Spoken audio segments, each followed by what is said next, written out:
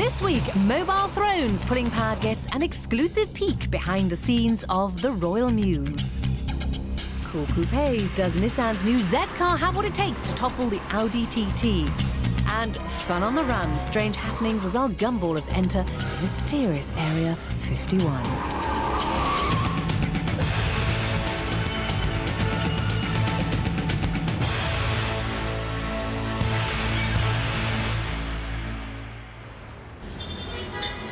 Typical Monday morning in London with traffic at full tilt. But in the early hours of this morning, while the city was still sleeping and the roads were deserted, hundreds of people over there and a fleet of vehicles took to the empty streets. It's 4 in the morning and Pulling Power has exclusive behind-the-scenes access to the Royal Muse. The providers of royal transport are about to rehearse something that hasn't happened for over 100 years, a Russian state visit. And in a corner of the yard, Joe Last, the Queen's personal chauffeur, prepares the new Bentley. Oh, that's a bit you have to remember, isn't it? Yeah.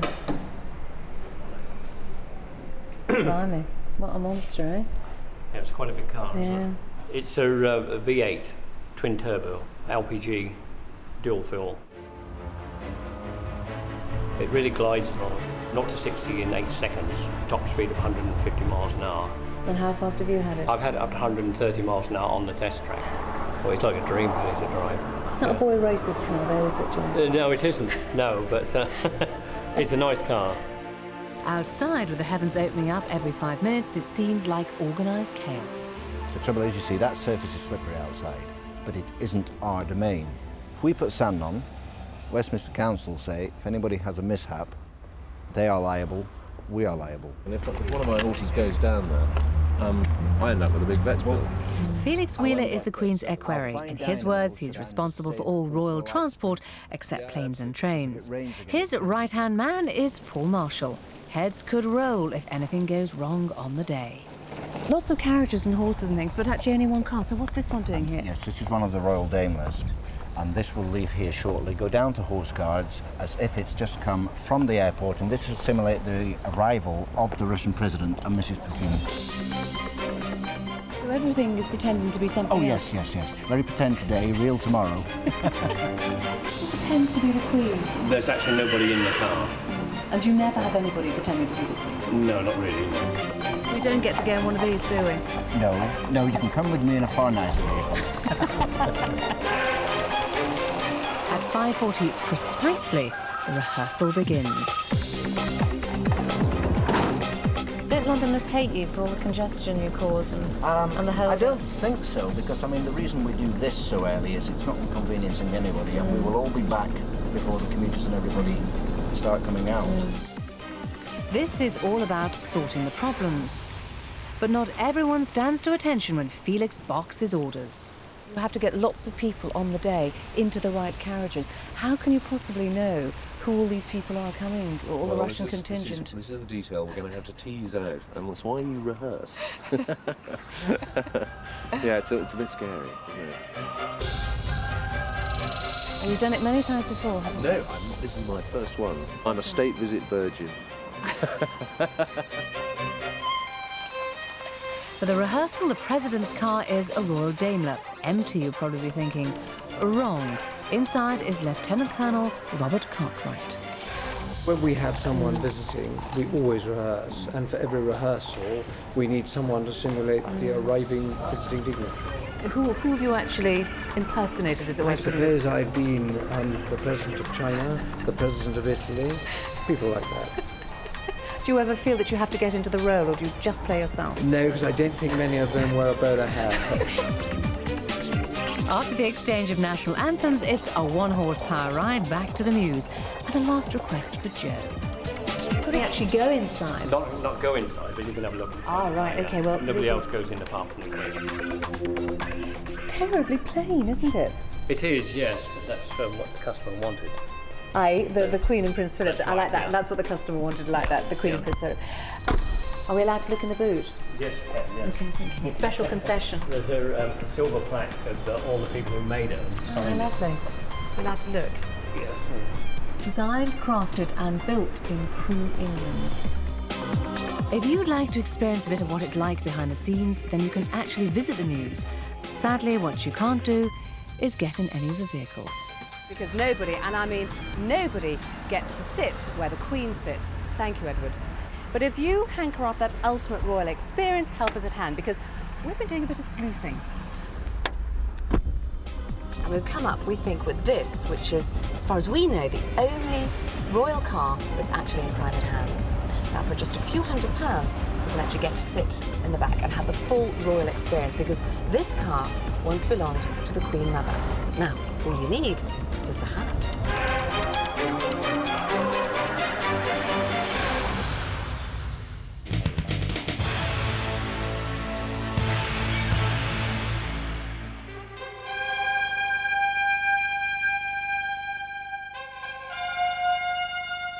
1969, what a year. It was the time when Neil Armstrong set foot on the moon. And it was also the year that we caught our first glimpse of the 240Z. this was the first proper Japanese sports car. This was proof that the land of the rising yen was capable of building fast, serious, world-class hardware. Well, you know, more than 3 decades on, I think it's fair to say that space exploration hasn't perhaps moved quite as quickly as we thought it would. But car design has. I rest my case. It might be under new ownership, but Nissan is back. And more importantly, the Z is back. And guess what? It was penned by a lad who was brought up and spent his formative years here in sunny Leicester. The very latest 350Z is a model I've already had a brief affair with. I was lucky enough to drive it at the official world launch last year in San Diego, California. The reason I was in San Diego was for the simple fact that that's where the car was designed, by a bloke from Leicester. I kid you not, AJ Panchal did his training at Coventry University and then went on to the Royal College of Art in London. And I find it incredible that a company like Nissan, a Japanese company, should have a design studio in California, and they should employ a little fella from Leicester to design what is the most important car for Nissan for 30 years. Well, you know, when I saw pictures of this car, I love the look of it, and I reserved judgment because I said to myself, I want to see it on the road before I come to any conclusions. And it has what I feared it would be lacking, and that's presence. This is a car that's got an attitude. It's got a wide stance on the road. This is no little feeble jack box. This is a proper sports car, a proper coupe, and I think it looks sensational, and it looks even better when you actually see it on the road, when you're stuck behind it, when you see it in your rear view mirror. I mean, in many ways, this is the sort of car that, if I can get in the boot, it's so impractical, you can't even justify it. I mean, look at that. What could you put in there? Certainly not a suitcase. No room for a couple of kids in the back. It's not a 2+2. It's a purely selfish two-seater, and all the better for it. I mean, it just looks sensational as far as I'm concerned. I tell you something, you know, these comparisons with the Audi TT, to me, are absolute nonsense. The Audi TT, fine little East European built car, mid-table, first division car. This, on the other hand, is pure Premier League. You know, getting a car to look like a sports car is one thing. Getting it to feel like a sports car is an entirely different matter. And this, from the second you pull away, feels like a proper sports car. It's got that rigidity to it. It's got the right noises. It's getting the right reaction from everybody that we pass in the street.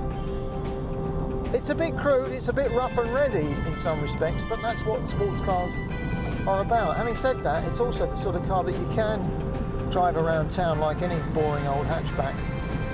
It's a very civilised car, but if you want, it can give plenty. Well, what a way to spend your birthday. It is my birthday today, believe it or not, and that's quite fitting because a car like this is aimed at a bloke like me in his 40s, in theory with a few quid in his pocket. Kids growing up only needs a two-seater car. Would I put my 25 grand into a car like this? Well, first of all, I don't have 25 grand, but if I did, you know, I may well do. In fact, I think I probably would. Or would I buy a car with 2 more doors, 2 more seats for 4 grand less? It exists. It's called the Mazda RX-8. Well, is the £20,000 RX-8 a better bet than the £24,000 350Z? We'll be road testing a little Mazda later in the series. Coming up, our Gumballers get lost in the dust. Shop news. Has Ducati built an ugly bike?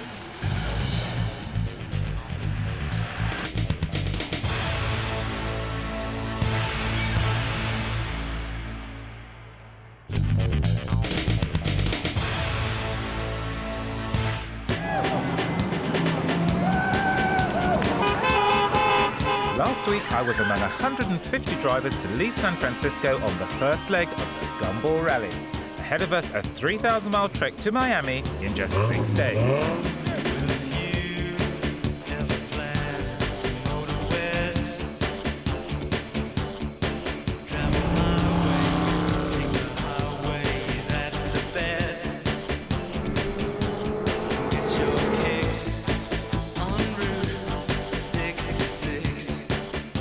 Despite getting a bit lost, we were certainly getting on better than some.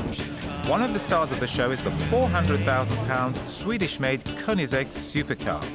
Top speed? Around 240 miles per hour, but just 20 minutes outside San Francisco, proof that you can't buy success in a Gumball. It just popped. We pulled straight over because the screen started steaming up, so it was overheating straight away. Looks like a night on the trailer for those boys, but we, on the other hand, were going well and made good time to the first checkpoint in Reno. That's it, we've just finished the first stage from San Francisco. One hell of a drive, and the police really like us. We're keeping dead legal, street legal. Now, I'd expected a Gumball checkpoint to be a table set up in the middle of nowhere with a cup of hot chocolate, but I was wrong. There's my prize. But there's no time to waste. Next stop, Las Vegas, another 450 miles away. All that stands between me and Vegas is a 7-hour drive through the desert. But this stretch of road takes me through the fabled Area 51, where strange things can happen. Got any gears, my friend? Looks like we've lost our clutch. Now, Highway 375 has been the focus of so many UFO sightings that it's been renamed the Extraterrestrial Highway. Certainly not an area you want to get stuck in. This was the place we were told not to break down in, and we have got problems. We have got problems, and it ain't funny. I just had something incredibly strange happen. Meanwhile, other Gumballers are suffering from a problem we don't have in the Lotus. It's called ridiculously small petrol tank syndrome. Yeah, we're only getting about 10 miles per gallon, so 20-gallon tank. Took 150 miles before we gotta stop. And as the sun comes up in the desert, the boss of Midlands-based Morgan Motor Cars, Charles Morgan, is suffering from another common driver's ailment, ridiculously small bladder syndrome. And somewhere behind him, there's us, going nowhere fast. So here we are, in the middle of nowhere. I've been driving for the last 60 miles with just one gear, and I can't go any further. I don't know what it is that's wrong. We can't make a phone call because we haven't got any service. Nobody can help us, nobody can rescue us. This could be the end of the Gumball, and I certainly think we're going to lose this car.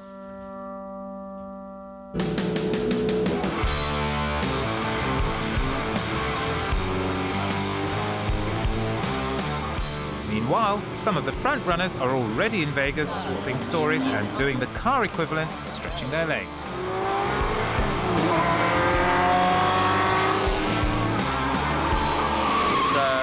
Doing 170 down the road, and the policeman was coming the other way, and he was quite a way back, so we thought, what the hell, see you later sort of thing. And went round a long sweeping bend, and there was a little track turning off on the right, and darted in there, switched the lights off, and just pulled in behind a little caravan. He just carried on going straight past. I thought, oh brilliant, I just kept watching him, and I just shoved it in reverse and spun out, and there was another cop car coming straight in behind him. I thought, oh no. So they got us for, I think it was $1,200 fine, and 2 hours in jail for evading them.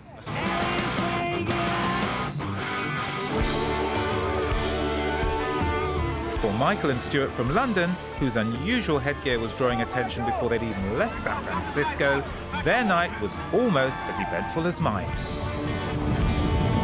Fundamentally, I was arrested for wearing a watermelon at speed. And it's for a few hours and a few $1,000. That's been the best part of the night. By the time I finally limped to the hotel in Vegas, I'd been on the road for 17 hours and had spent the last 5 hours with just one gear. With the engine on, we had fourth gear and nothing else. So we've had to limp home the whole way. And plus a few police escorts, a bit of telling off from police here and there for driving at about 15 miles an hour on the freeway. But we made it, and unfortunately, the Lotus limped home with us, but we don't think we're going to see that car again. Next week is at the end of the Elise and the end of our rally. I'm wondering if you might have any ideas of where to find a clutch pack for a Lotus.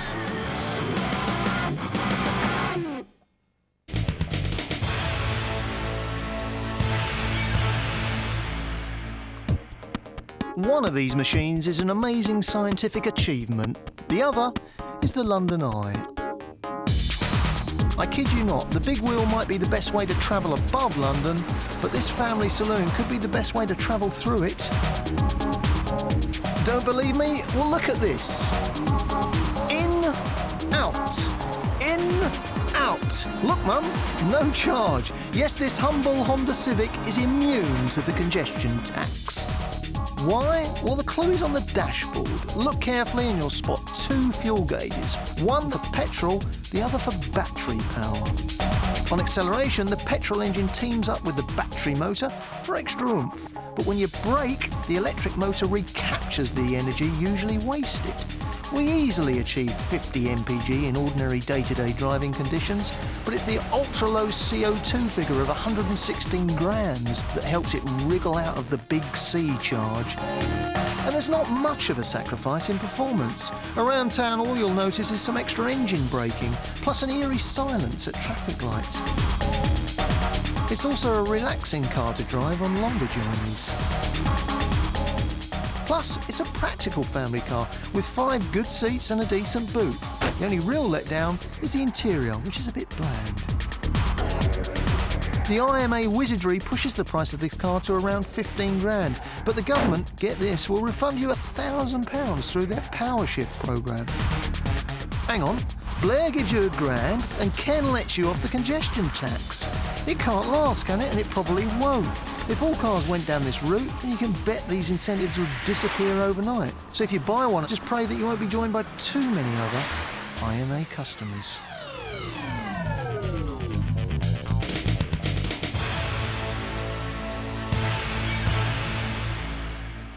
Once upon a time, it seemed that a certain Italian motorcycle manufacturer only had 2 rules when it came to making bikes. 1, was it fast? And 2, did it look good? Everything else was secondary. Yes, they broke down, and yes, they were often painful to ride. And yes, you probably would get more fuel out of a plastic lighter than the average Ducati fuel tank, but we didn't care. We loved them because they were beautiful. But things have certainly changed. The latest Ducatis are now practical, well-made, and hold the front page, sometimes very ugly. Well, I guess it would be nice if I could touch your body. Everybody has got a body like you. Yes, I gotta help. So what's going on? Well, this is the facially challenged Multistrada, and it's Ducati's brave attempt to make a practical, sensible, do-it-all bike that's as happy chugging around the city as it is out on the open road. And you can certainly see the attraction. Rather than the normal bum-in-the-air, head-down riding style of most sports Ducatis, this is more sort of bolt upright, kind of Range Rover style visibility, which means you get a nice clear view of the road ahead. And of course, it's got the same torquey L-twin that the Ducati Monster's got as well. Just enough power to have quite a good blast on. And while the Multistrada wouldn't be my first choice for long-distance touring, on the twists and turns of Derbyshire's stunning Peak District, this bike really rocks.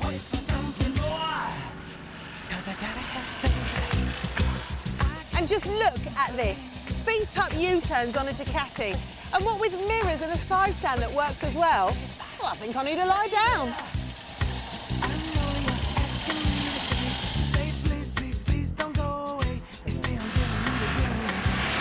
For me, the absolute best thing about the Multistrada is the way it handles.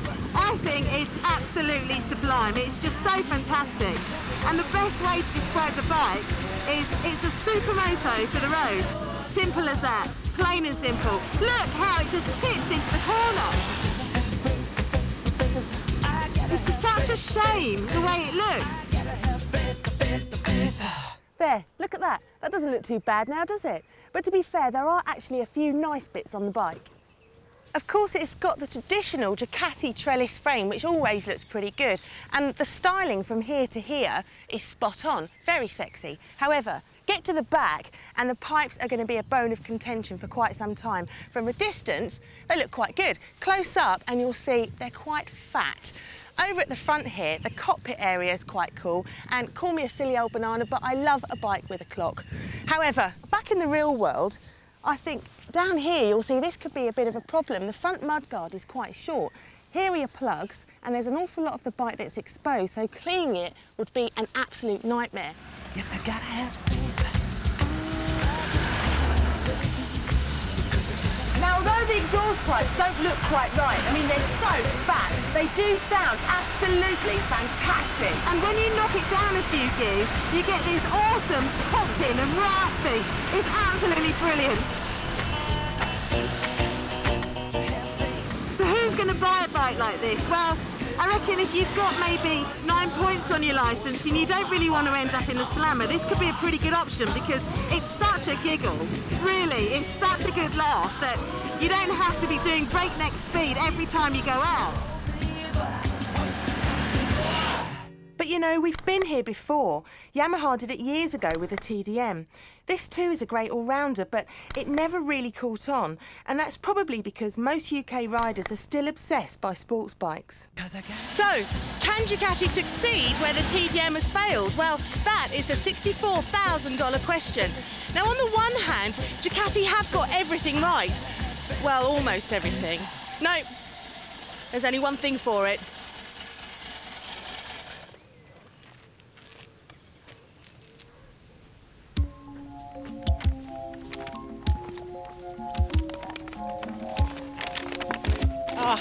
Now that's better. Just the two of us. We can make it if we try. Just the two of us. You and I.